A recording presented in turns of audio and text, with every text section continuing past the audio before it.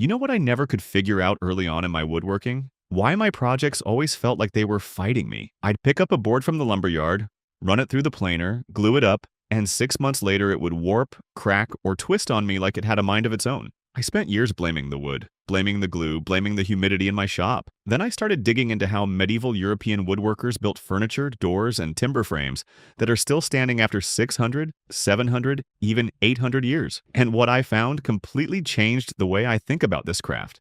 These men didn't have table saws or thickness planers or tight bond. They had hand tools, green logs, and an understanding of wood that most of us have completely lost. Today I'm going to walk you through 15 fundamental methods these craftsmen used every single day. Techniques that are simple, practical, and honestly more effective than a lot of what we do in a modern shop. Plus, stick around to the end because I've got a bonus tip about a medieval marking method that made my joinery tighter from the very first time I tried it. Let's get into it. Medieval woodworking isn't some romantic fantasy.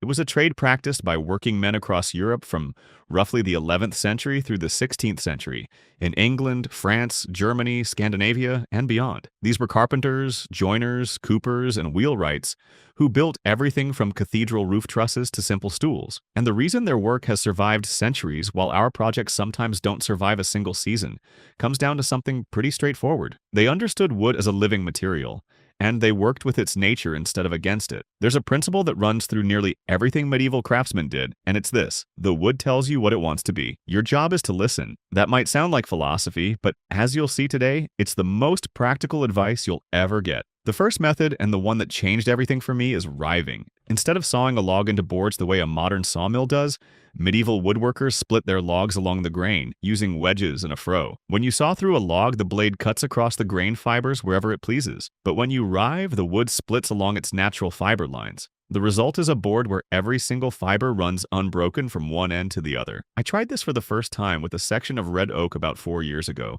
using a froe and a wooden club. The piece I split was stronger, more stable, and more resistant to warping than anything I'd ever gotten from a sawmill. That's not opinion.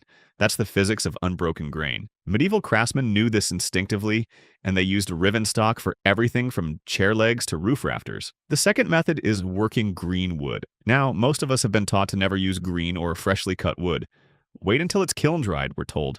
But medieval woodworkers used green wood constantly, and they did it on purpose. Green wood is softer, easier to shape with hand tools, and far less likely to split when you're chopping a mortise or shaping with a draw knife. The key is they understood how the wood would move as it dried, and they designed their joinery to take advantage of that movement. A green tenon driven into a drier mortise will shrink and lock itself in place as it seasons. That's not a flaw, that's engineering. Once I started experimenting with green wood joinery using fresh white oak, I realized how much easier hand tool work becomes when you're not fighting bone-dry, kiln-hardened stock. By the way, if you are enjoying learning about these old-world methods, I put together something I think you will really appreciate. It is called The Lost Workshop, and it is a complete guide to hand tool woodworking the way medieval craftsmen actually did it. 156 pages, 17 chapters, 33 illustrations, techniques like the ones we are covering today, and a whole lot more. You can grab your copy by scanning the QR code on screen, or just use the first link in the description. All right, let us keep going. The third method is layout with dividers instead of tape measures. Medieval craftsmen didn't have standardized rulers the way we do. Instead, they used a pair of dividers, sometimes called compasses, to step off proportions and transfer measurements directly from one piece to another. No numbers involved. When I first tried this, I was skeptical. How can you be accurate without numbers? But here's the thing. When you transfer a distance directly from the piece you're matching to the piece you're cutting, there's no chance of misreading a tape or rounding to the nearest 16th. The measurement is exactly what it is. I started using dividers for dovetail layout about 3 years ago, and my joints got tighter almost immediately. The medieval approach isn't less precise, it's more precise because it removes every opportunity for human error in reading a scale. The fourth method is the mortise and tenon joint, cut entirely by hand. Now, I know most of us have cut mortise and tenon joints, but medieval joiners approached it differently. They chopped their mortises with a heavy chisel and a wooden mallet, working from the center outward to avoid blowing out the edges. The tenon was sawn and pared to fit that specific mortise, not to a generic measurement. Every joint was individually fitted. When I started doing this, I noticed something surprising. My joints actually fit better than the ones I was making with a router and a mortising machine, because I was fitting each one to its partner. instead of trusting two machines to hit the same number. The fifth method is using wooden pegs instead of metal fasteners. Medieval timber framers and furniture makers joined their work with hardwood pegs, usually oak or ash, driven through the joint to lock it in place. These pegs were often slightly offset, a technique called draw boring, where the hole in the tenon is drilled just a hair closer to the shoulder than the hole in the mortise. When you drive the peg through, it physically pulls the joint tight. I tried draw boring on a workbench stretcher using white oak pegs about 3/8 of an inch in diameter, offset by about 1/16 of an inch. The joint pulled up so tight I couldn't slide a piece of paper into the seam. No clamps needed, no glue needed, just wood holding wood.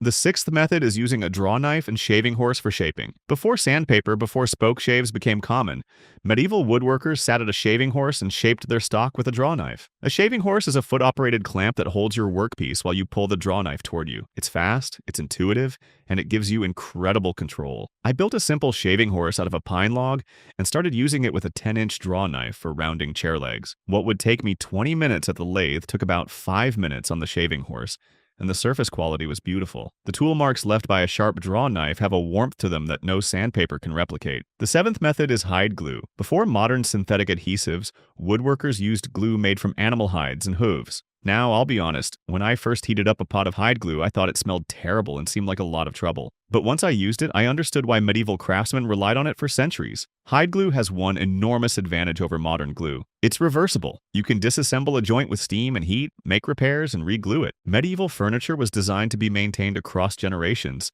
and hide glue made that possible. It also has almost zero creep, meaning joints don't slowly shift under load the way some modern adhesives allow. For anyone building furniture they want to last and be repairable, hide glue is worth every bit of the extra effort. The eighth method is the adze for flattening and shaping large surfaces. Before bench planes became refined enough for finish work, the adze was the primary tool for flattening beams, shaping seats, and smoothing large surfaces. A hand adze looks something like a short-handled hoe with a razor-sharp curved blade. Medieval carpenters could flatten a beam to a surprisingly true surface using nothing but an adze and their eye. I picked up a hand adze about 2 years ago and started practicing on some poplar. The learning curve is real, but once you develop the swing, you can remove material faster than any hand plane, and the slightly scalloped surface it leaves is actually a traditional design element. The ninth method is pit sawing, which is how medieval workers turned logs into boards before the sawmill existed. One man stood on top of a log placed over a pit, and another man stood below. They pushed and pulled a long two-man saw called a pit saw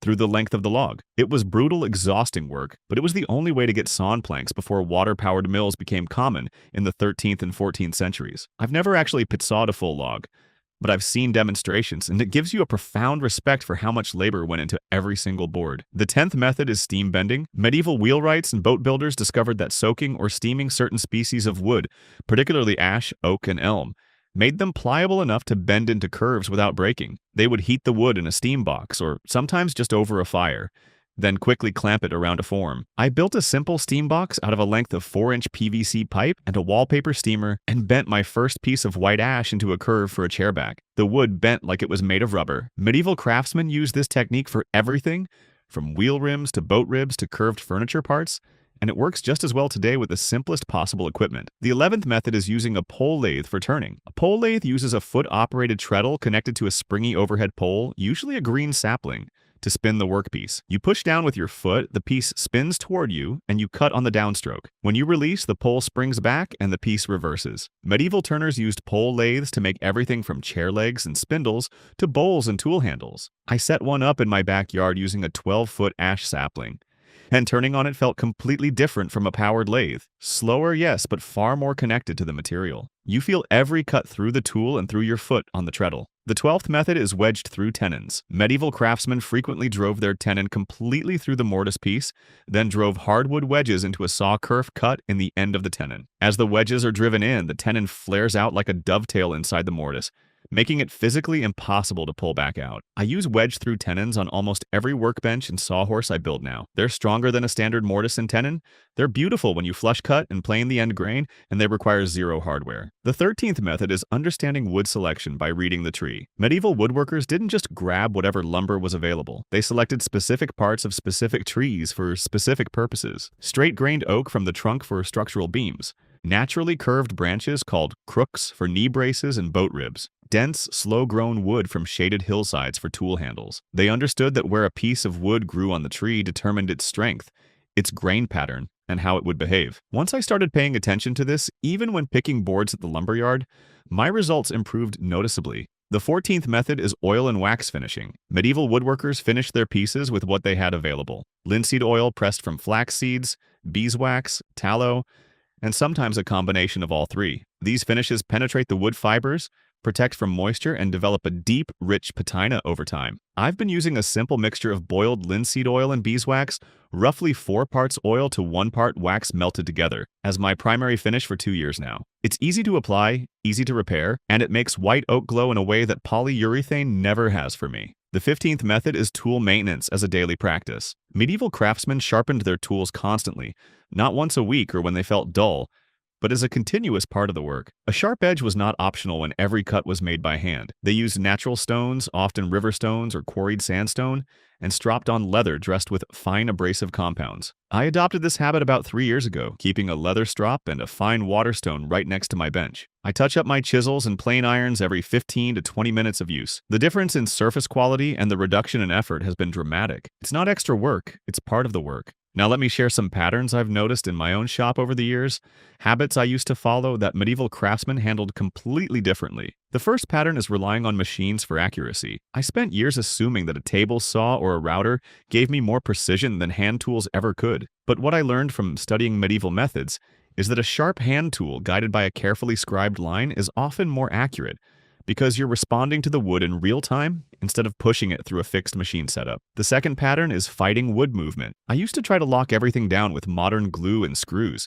trying to stop the wood from moving. Medieval craftsmen accepted that wood moves and designed their projects to accommodate it, using floating panels, pegged joints, and riven stock that was inherently stable. The third pattern is buying solutions instead of developing skills. Every time I hit a problem, my first instinct was to buy a new jig or a new tool. Medieval woodworkers had maybe a dozen tools and they could build anything because they invested in skill rather than equipment. Once you see these patterns for what they are, you start making better decisions one project at a time. Now for that bonus tip I promised you at the beginning. This is a marking technique I picked up from studying medieval joinery layout, and it completely changed how I approach cutting tenons. Instead of measuring the tenon thickness with a ruler and then trying to set a marking gauge to that number, do what the old joiners did. Take your chisel, the actual chisel you'll use to chop the mortise, and use its width as your gauge. Set your marking gauge directly off the chisel width. Now your tenon is guaranteed to match your mortise because they're both referenced from the same tool.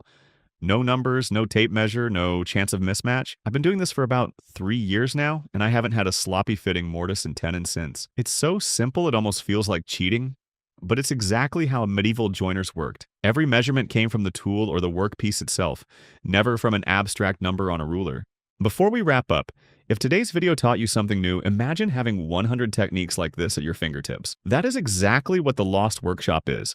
It is my complete guide to medieval hand tool woodworking, all in one place with 17 chapters, 33 illustrations, and 156 pages of clear instructions. You can get your copy by scanning the QR code on screen or using the link in the description. Thanks for being here. Subscribe if you have not yet, and I will see you next time.